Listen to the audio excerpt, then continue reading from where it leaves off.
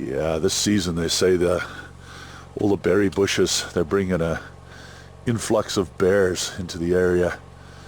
But I mean, this is the lower end of our swamp. It's just beautiful, you know. It really is very scenic, and of course, you know, the raspberries will be out shortly. Funny kind of controversy going on. Landowner nearby here, he says he owns the first 10 or 15 feet of our claim, and yeah, it appears to be the case, but he spent about $5,000 on a surveyor just to mark that 10 or 15 feet off with orange tape. All he had to do was ask us, you know, just say, hey, the first 10 feet of this is mine, please don't go on it or dig on it. Now, it would have been no problem. He could have saved just $5,000. This is just an example of some of the stuff I was finding yesterday down in Hubbard's Hole there. Do a little bit more digging today, but I mean, this is just kind of haven't even decided really whether I want to keep it or not.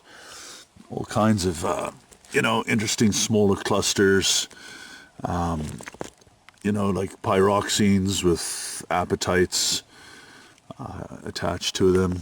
I mean, a little bit of sort of glossier apatite. What's this, you ask?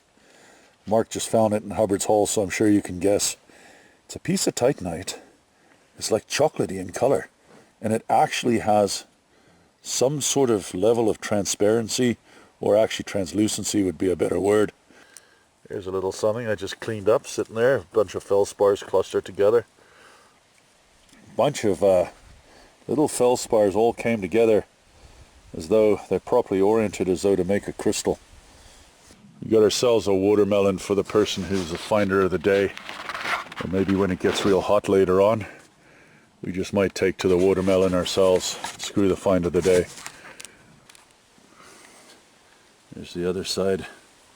That's going to just look so beautiful when it's cleaned up and sitting on the living room table or wherever you want to put it. Thank you so much. Last weekend, Matthew found a big boulder of the stuff. Looks like there's still more of the tremolite, right? Good find. Was that in a pocket or sticking out? Out on the face. Out on the face, eh? Very carefully. How well done, man. Thank you. Good find. Mark. This is where me and Mark usually sit here, right? Sometimes when we get tired, we take rounds. At least Mark does, more so than myself. Well, you can't say that on video, brother. This is a family-friendly channel. It's 18 plus. It's no 18 kids, plus, yeah. No kids on the property. I could do this in my thong and it's okay. Your thong, dude. Now that's going to be a crowd draw. Yeah. We'll get all kinds of people like that attending. Only at your party. Mark, you used to do a fair bit of fishing, and you stopped fishing. Why'd you stop? You haven't done it for a very long time. You know what the problem is, you know, for Mark here? He's a little nervous when he sees dodgy people. Like last night we're sitting there at the, no, I shouldn't say campfire because we didn't have one. It's real bad. Like right now you can hear the water bombers once in a while and helicopters whizzing around. There's a forest fire not so far from here. I believe there's one at Head Lake and there's one Burnt River, is it? Burnt River, yeah, Burnt River, right? Anyway, we're sitting out there in the dark and he's telling me he used to fish at Owen Sound. Some nasty experiences. I fully understand why he became a rockhound.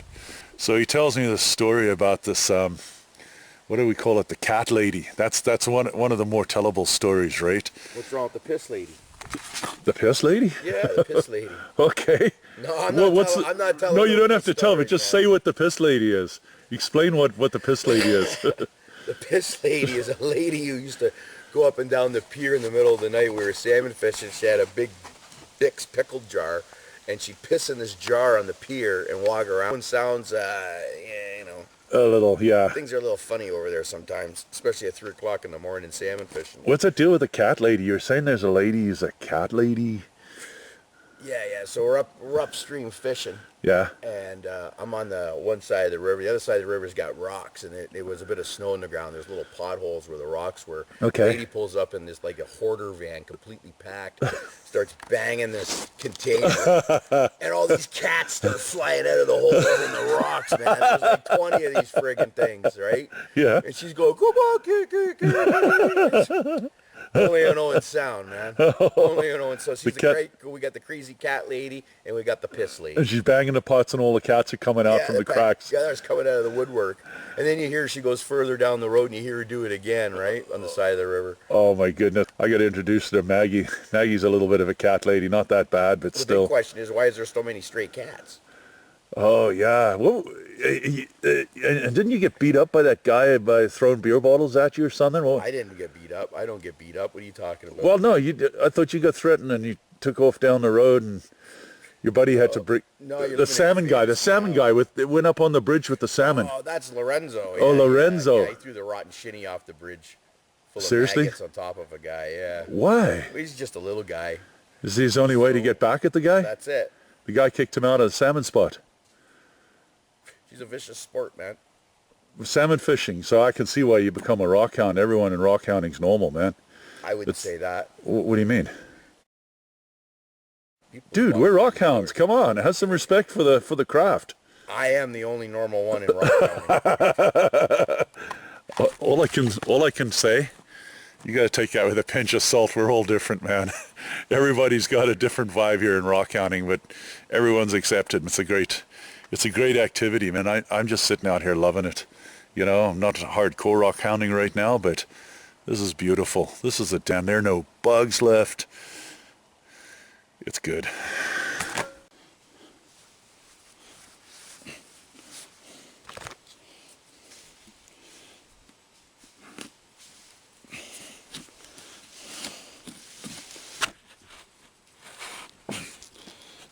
That's bushcraft. Yeah, bushcraft.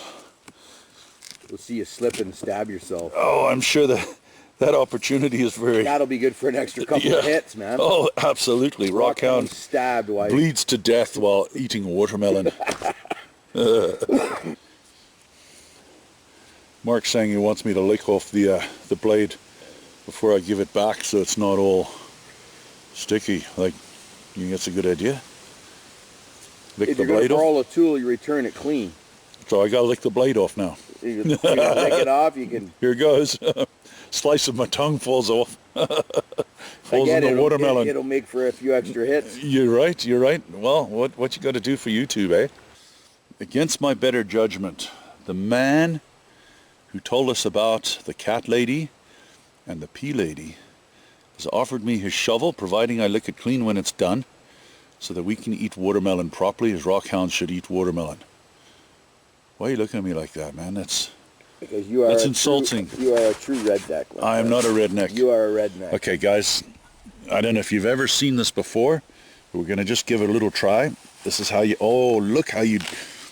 Guys, seriously, at home, those of you that are at home, take note. This is how you eat watermelon as a rockhound. Look at that. Lovely, big... We say part of our aims is to help people to be better, more productive rockhounds, and that is indeed the case. Like, we're really hoping people learn from us, and that's not because we are super experts, because there are many people, no doubt, who are better than us at doing this kind of thing. But, you know, if you learn by our mistakes and our successes, well, hey, that's great. Right now, Mark and I are out here. We're in an area that Gordon Brown, one of our somewhat regular rockhounds, he picked this area to start a fresh fisher, and you know, Mark's just taking something for him. There was an agreement to extract something for him, but also I look around and he's made a really good choice for where he started his digging. There are some fishers around here now. Strangely, they do not go at our regular 292 degrees. In this particular area, all of the fishers are crisscrossing each other.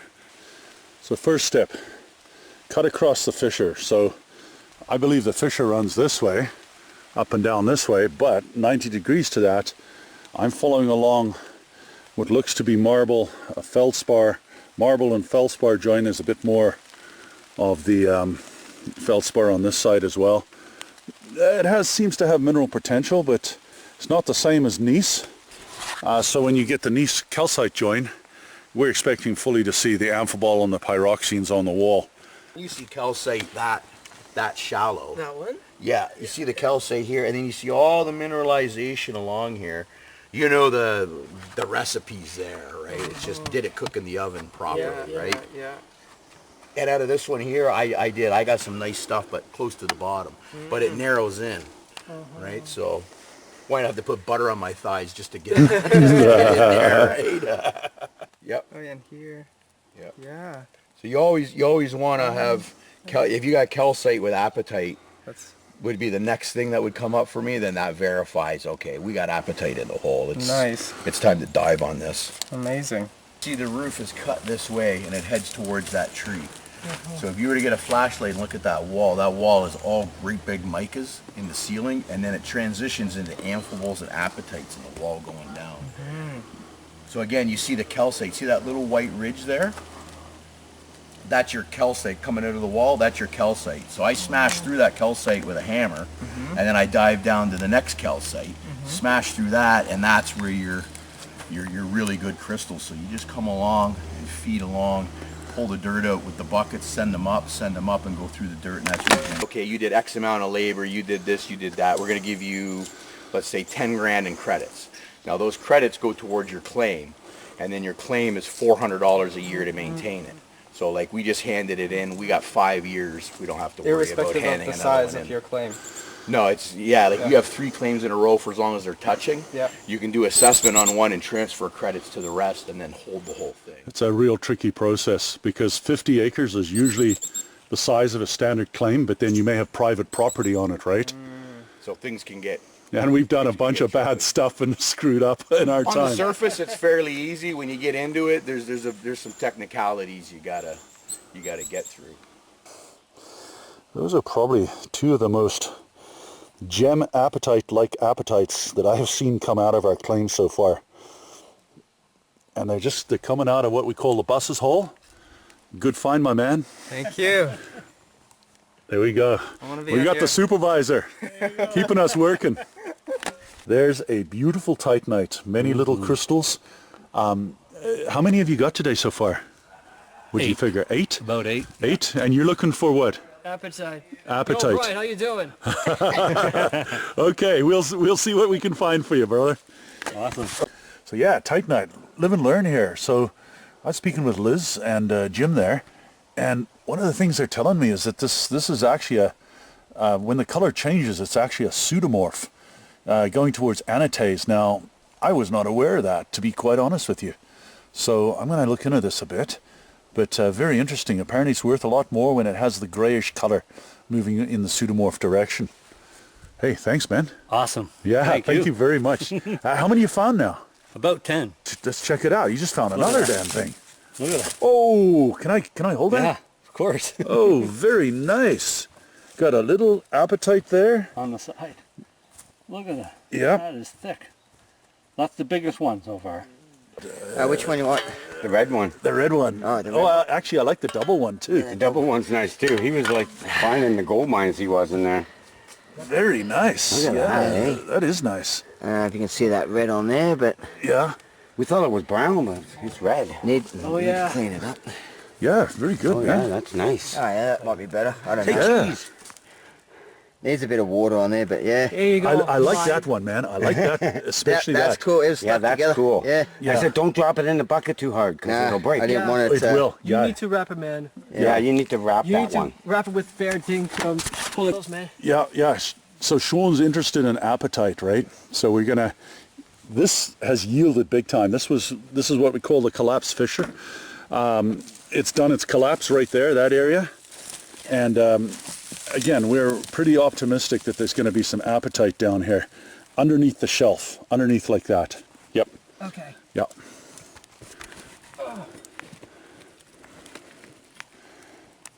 All right. Is this it? Yep. That's it, man. Thanks. So you want to basically realize where nobody else has dug before. So if you go on ahead, I know people have dug where you're exactly there, but if you can just go a little further ahead. Like down here. Yes. Okay. And it takes a bit of time, but you can end up bringing up some decent stuff. Yeah, yeah. Well, Sean's just making a point here, right? Coming back from Arkansas, he was down there. And crossing the border, what is the question they ask you about? If you have a huge sum of soil Okay. Because here's what happened. And I think some of the followers of Brian Major, aka the Crystal Collector, as they already know, because I posted this numerous times on his group. If you guys, if any watchers who's watching Mick's video right now happens to be a foreigner and wishes to come here, please clean up your specimens. Please clean up your specimens before you go back to your country, because most countries forbid an excessive amount of dirt. So if you bring an excessive amount of dirt back to your country, you may get in trouble, and who knows, the border security guards may confiscate your specimens. Yeah. So please try to clean up your specimens as much as you can. Hold on, before you become excited. Let's have a look at it. I have no idea what's on this thing. Bring it up and we can have a look, man. This needs to be sprayed, man. You guys okay to be on video? Absolutely. Good. Who do we have? We got Liz. Jimmy. Who's that guy? Jim. I thought you're Jim. There's two Jims. Holy. Yeah, this.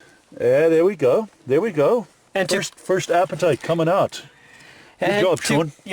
And to quote Brian in Matrix, but mostly him. What? Yo.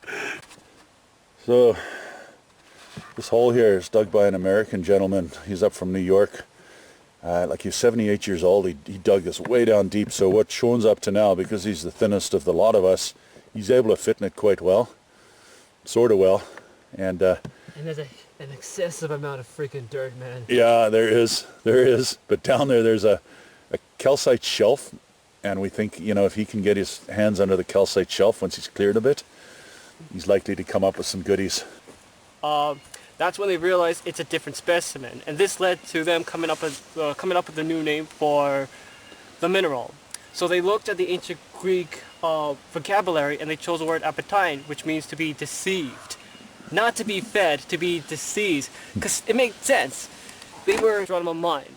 You say vanadite, like the Moroccan stuff, is a part of the apatite? That's right. The vanadite is part of the apatite group. So for those who have collected within Yuma, Arizona, at the South Geronimo mine. No, North Geronimo mine, sorry. Yep, those guys are part of the apatite group. So Sean, this is my partner Mark. If you need a guy who can tell you a fisher that's going to yield, this is the man. He knows his stuff like you would not believe. He's got a sixth sense. So, anyway. I call it luck. He calls Luck. it sixth. No, it's a sixth sense, brother. Oh, just a little bit of... Oh, wow. Look at... It's... it's so incredibly corroded, but it's beautiful. That's apatite, corroded apatite. Here's another Brian-inspired tremolite fantastico. Look at that, eh? Let me get a still of it too. I can't wait to clean that. Oh, I bet. And last week, yeah, you got, again, you got the huge tremolite boulder, eh? Yeah, two of them actually. Yeah.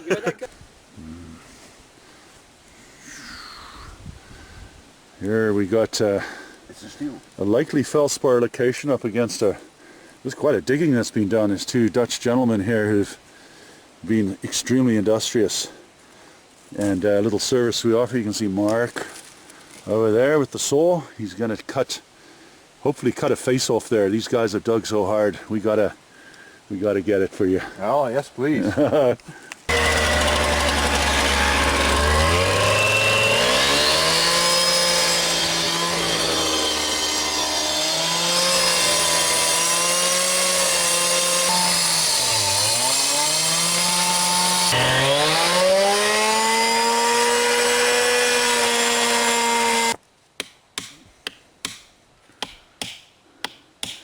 See how he's got multiple chisels in there to hopefully break it all at once. Ah, drat.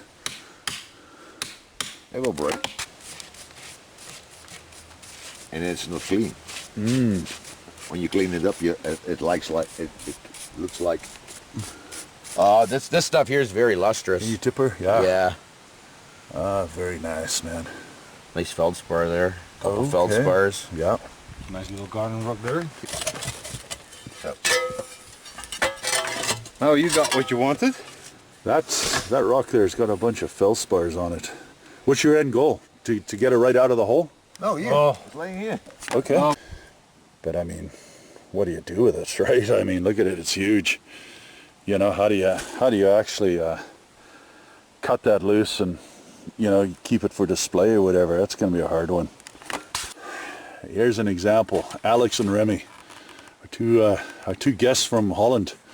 Look at this plate they got off, man. This is beautiful. You've got, you know, lots of Feldspar. As soon as this gets cleaned up at home, it's going to be great. Feldspar looks to be like maybe, what is it, Mark? Pyroxene? I think it's peroxide. Yeah, maybe pyroxene. More Feldspar. That's going to be lovely when it's cleaned up. Definitely. Well done, Remy. Thank you very much. You too.